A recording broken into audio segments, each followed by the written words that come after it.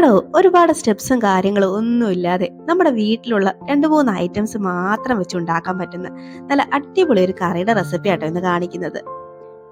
കറി വെക്കാൻ ഒന്നും ഇല്ലാത്ത സമയമൊക്കെ ഒന്ന് ട്രൈ ചെയ്ത് നോക്കാൻ പറ്റിയ ഐറ്റം കേട്ടോ. എന്നാൽ ഇത് എങ്ങനെ ഉണ്ടാക്കുന്നത് കണ്ടു നോക്കിയാലോ? അതിനു മുന്നേ ഈ ചാനൽ ഇതുവരെയും സബ്സ്ക്രൈബ് ചെയ്യാതെ ആരെങ്കിലും കാണുന്നുണ്ടെങ്കിൽ പ്ലീസ് ഒന്ന് സബ്സ്ക്രൈബ് ചെയ്ത് സപ്പോർട്ടോടെ ചെയ്തേക്കണേ.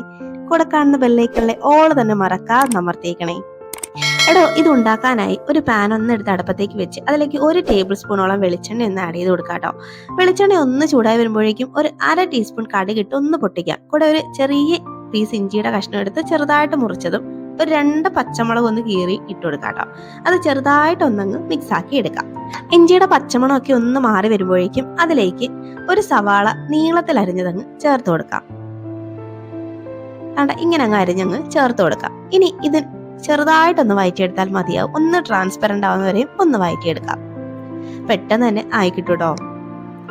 ഇപ്പൊ ദാണ്ടെ ഒന്ന് ട്രാൻസ്പെറന്റ് ആയിട്ട് വന്നിട്ടുണ്ട്. ഈ പരുവം വരെയൊക്കെ ഒന്ന് മതിയാവും. ഇനി ഇതിലേക്ക് ഒരു 2 തക്കാളി ഇതുപോലെ അരഞ്ഞങ്ങ് ചേർത്ത് കൊടുക്കാം. തക്കാളി 2 തന്നെ എടുക്കണം കേട്ടോ. തക്കാളിയാണ് ഇതിന് ഈ കറിക്കൊരു ടേസ്റ്റ് കൂട്ടി കൊടുക്കുന്നത്. ഈ തക്കാളിയൊക്കെ ഒന്ന് വെന്ത് വരുന്നവരെയും ഒന്നങ്ങ് വഴറ്റിയെടുക്കാം. ഇത് നമുക്കൊന്ന് അടച്ചു വെച്ച് വേവിച്ചെടുക്കാം. അപ്പോൾ തക്കാളി പെട്ടെന്ന് തന്നെ അങ്ങ് വെന്ത് കിട്ടും കേട്ടോ. ഞാനത് അടച്ചു വെച്ച് 1 മിനിറ്റ് ഒക്കെ ഒന്ന് വേവിച്ചെടുക്കുന്നുണ്ട്.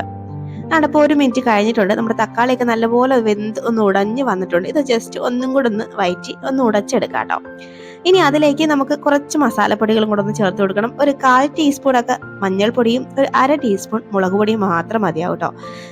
വളരെ കുറച്ച് ഇൻഗ്രീഡിയൻസ് മാത്രം വെച്ച് ഉണ്ടാക്കുന്ന ഒരു കറിയാണ്. എന്നാൽ ടേസ്റ്റിന്റെ കാര്യത്തിൽ ഒരു രക്ഷയില്ല കേട്ടോ.